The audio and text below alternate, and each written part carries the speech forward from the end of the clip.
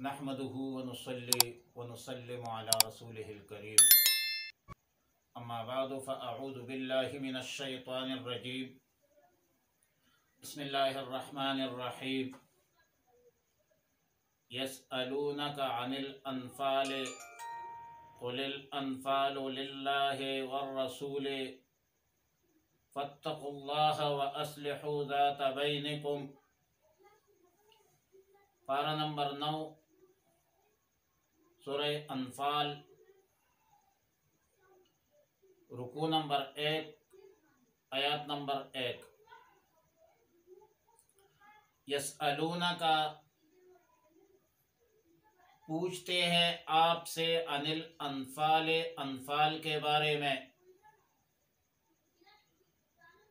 قل آپ فرما دیجئے الانفال للہ والرسول کہ انفال اللہ اور رسول کے لیے ہے فاتقوا اللہ پس تم اللہ سے ڈرو وَأَصْلِحُوا ذَاتَ بَيْنِكُمْ اور آپس میں تعلقات کو درست کرو درست رکھو وَأَطِيعُوا اللَّهَ وَرَسُولَهُ اور اطاعت کرو اللہ اور اس کے رسول کی ان کنتم مؤمنین اگر تم ایمان والے ہو سورہ انفال مدنی سورت ہے اور اس کے 75 آیات اور 10 رکوع ہے امام الاولیاء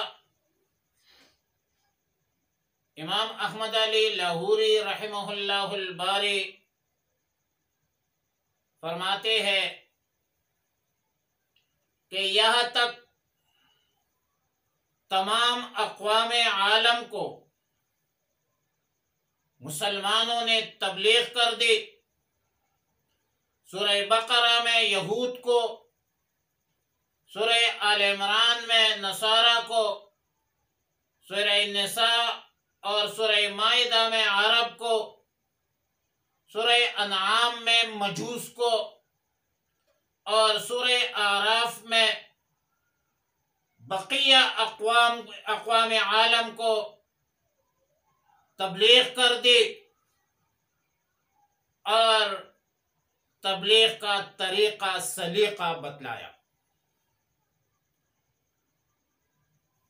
اور پھر فرماتے ہیں کہ قانون وہ جامع ہوتا ہے جو اپنے متبعین کو جلب نفع اور دفع ضرر کے راستے بتلائے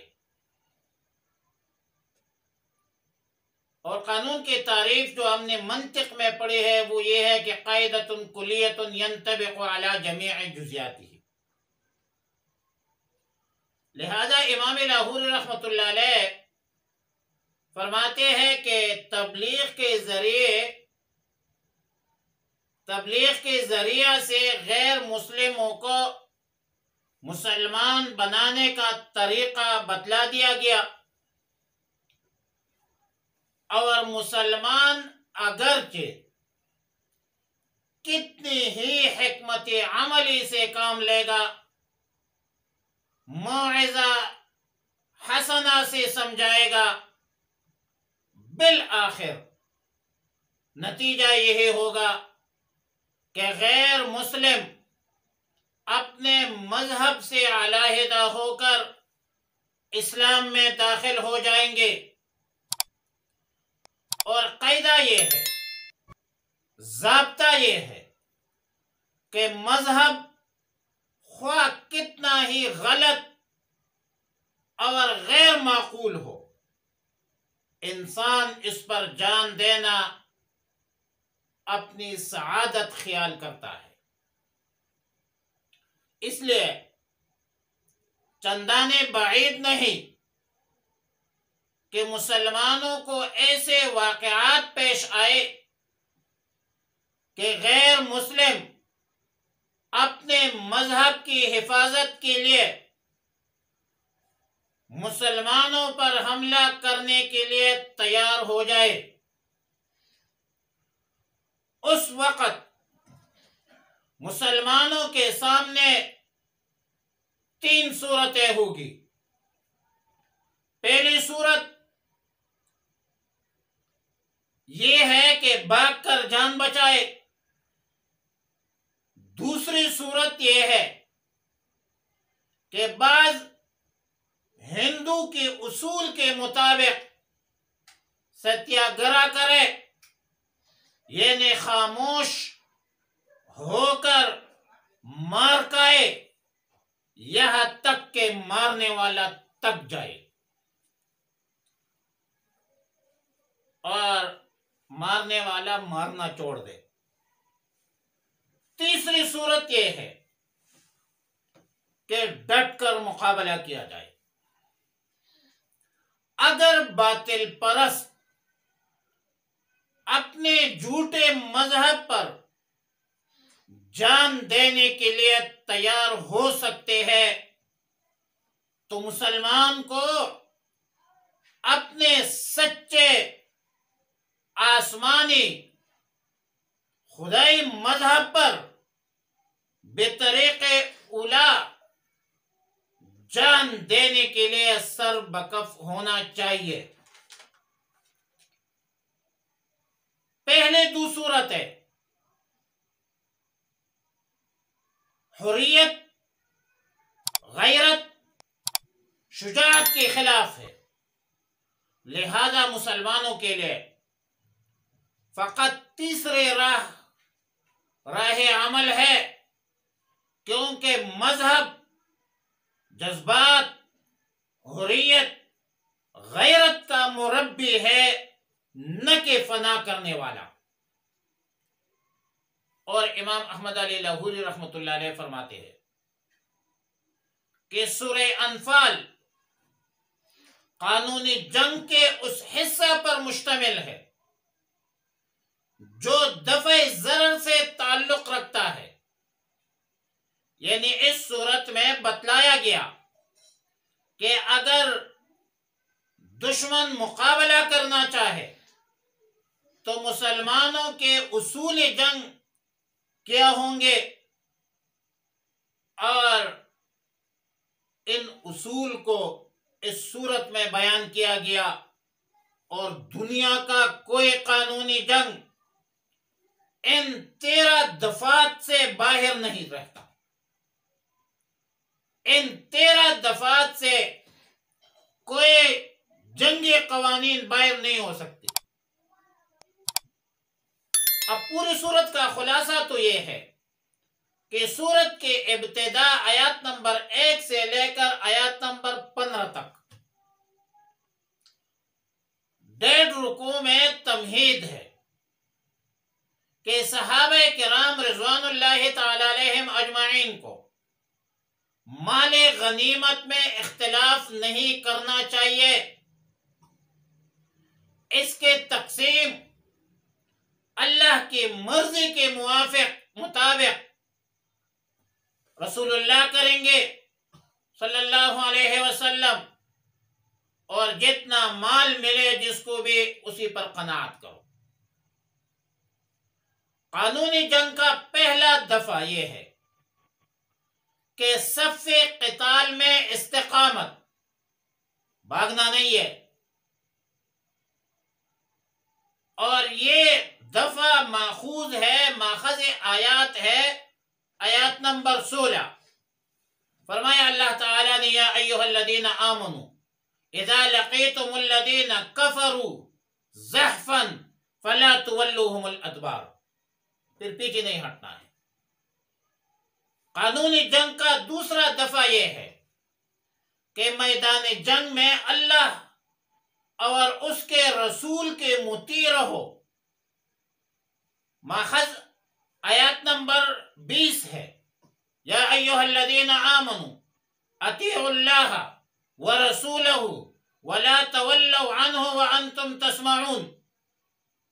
دفعہ نمبر 3 یہ ہے کہ اس کی اطاعت کو زندگی سمجھو۔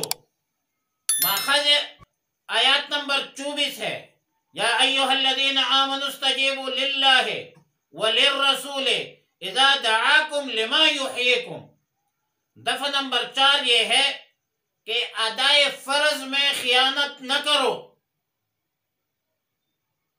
جو ڈیوٹی آپ کو دی گئی ہے اس میں خیانت مت کرنا۔ ماخذ آیات نمبر 27 ہے، یا ایھا الذین آمنوا لا تخونوا اللہ والرسول وتخونوا اماناتکم وانتم تعلمون۔ دفعہ نمبر 5 یہ ہے، حصول فرقان کے لیے التزام تقوی۔ ماخذ آیات نمبر 29 ہے، یا ایھا الذین آمنوا ان تتقوا اللہ یجعل لکم فرقانا ویکفر عنکم سیئاتکم ویغفر لکم واللہ ذو الفضل العظیم۔ دفعہ نمبر 6 یہ ہے، غایت قتال۔ قتال کا مقصد کیا ہے؟ ماخذ آیات نمبر 1:40 ہے، وَقَاتِلُوهُمْ حَتَّى لَا تَكُونَ فِتْنَةٌ وَيَكُونَ الدِّينُ كُلُّهُ لِلَّهِ۔ دفعہ نمبر 7 قانون تقسیم غنائم۔ ماخذ آیات ہے آیات نمبر 41، وَاعْلَمُوا أَنَّمَا غَنِمْتُمْ فَأَنَّ لِلَّهِ خُمُسَهُ وَلِلرَّسُولِ وَلِذِي الْقُرْبَى وَالْيَتَامَى وَالْمَسَاكِينِ وَابْنِ السَّبِيلِ۔ دفعہ نمبر 8 میدان جنگ میں ذکر الہی کا تحفظ رہے۔ ماخذ آیات نمبر 45 ہے، یا ایھا الذین آمنوا اذا لقیتم فئة فاثبتوا واذکروا اللہ کثیرا لعلکم تفلحون۔ دفعہ نمبر 9 ترک منازعہ، آپس میں جھگڑوں کو چھوڑ دو۔ ماخذ آیات نمبر 46 ہے، فرمایا وَأَطِیعُوا اللَّهَ وَرَسُولَهُ وَلَا تَنَازَعُوا فَتَفْشَلُوا وَتَذْهَبَ رِيحُكُمْ وَاصْبِرُوا إِنَّ اللَّهَ مَعَ الصَّابِرِينَ۔ دفعہ نمبر 10 آلات جنگ کی تیاری۔ ماخذ آیات نمبر 60 ہے، وَأَعِدُّوا لَهُمْ مَا اسْتَطَعْتُم مِّن قُوَّةٍ وَمِن رِّبَاطِ الْخَيْلِ تُرْهِبُونَ بِهِ عَدُوَّ اللَّهِ وَعَدُوَّكُمْ۔ دفعہ نمبر 11 یہ ہے کہ اسلام مصالحت کے لیے ہر وقت تیار ہے۔ ماخذ آیات نمبر 61، وَإِن جَنَحُوا لِلسِّلْمِ فَاجْنَحْ لَهَا وَتَوَكَّلْ عَلَى اللَّهِ۔ دفعہ نمبر 12 ہے حکم تحرید علی القتال۔ ماخذ آیات نمبر 65 ہے، یا ایھا النبی حرض المؤمنین علی القتال۔ اور دفعہ نمبر 13 ہے مقاصد سیاسیہ میں مسلمانوں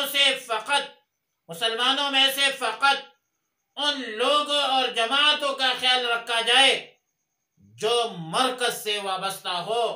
او ماخذ آیات نمبر 74 ہے، ان الذین آمنوا وہاجروا وجاہدوا باموالہم وانفسہم فی سبیل اللہ والذین آووا ونصروا اولئک بعضهم اولیاء بعض۔ دفعات یا خلاصہ کے بعد آیات مذکور آیات نمبر 1 میں انفال کا لفظ آیا ہے۔ سورت کا نام بھی اسی وجہ سے ہے کہ اس کے ابتدا میں سورہ انفال آیا ہے، یسألونک عن الانفال۔ انفال نفل کی جمع ہے۔ لغت میں شیء زائد، فضل، انعام کو کہا جاتا ہے، جیسا کہ نفلی روزہ ہے، نفلی نماز ہے، نفلی صدقہ ہے وغیرہ۔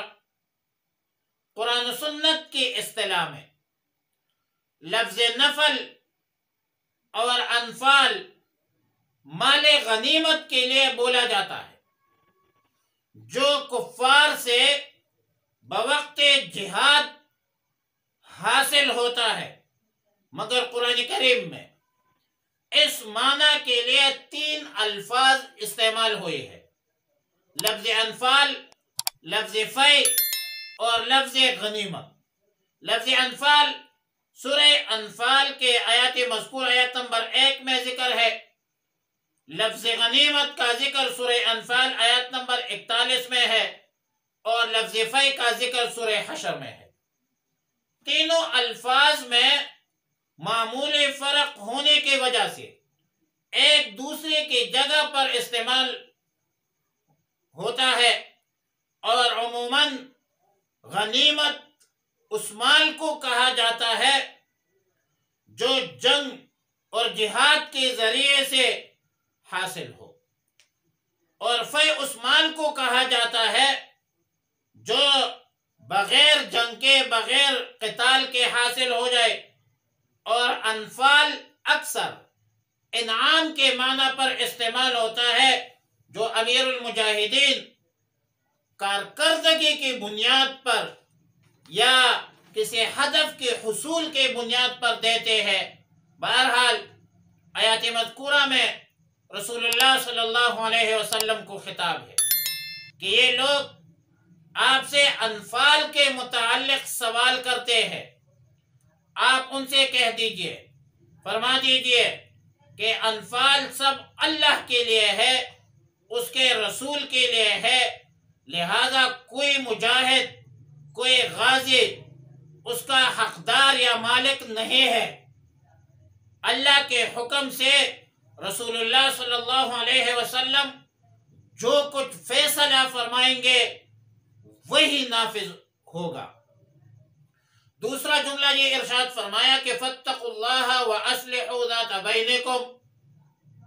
صحابہ کرام کو خطاب کر کے اللہ تعالی نے فرمایا کہ اللہ تعالی سے ڈرو، آپس کے تعلقات درست رکھو، اور اس میں اشارہ ہے اس واقعہ کی طرف غزوہ بدر میں اموال غنیمت کے تقسیم کے حوالے سے صحابہ کرام رضوان اللہ تعالی علیہم اجمعین کے درمیان کچھ اختلاف سامنے آیا، جس میں باہمی کشیدگی اور ناراضگی کا خطرہ تھا۔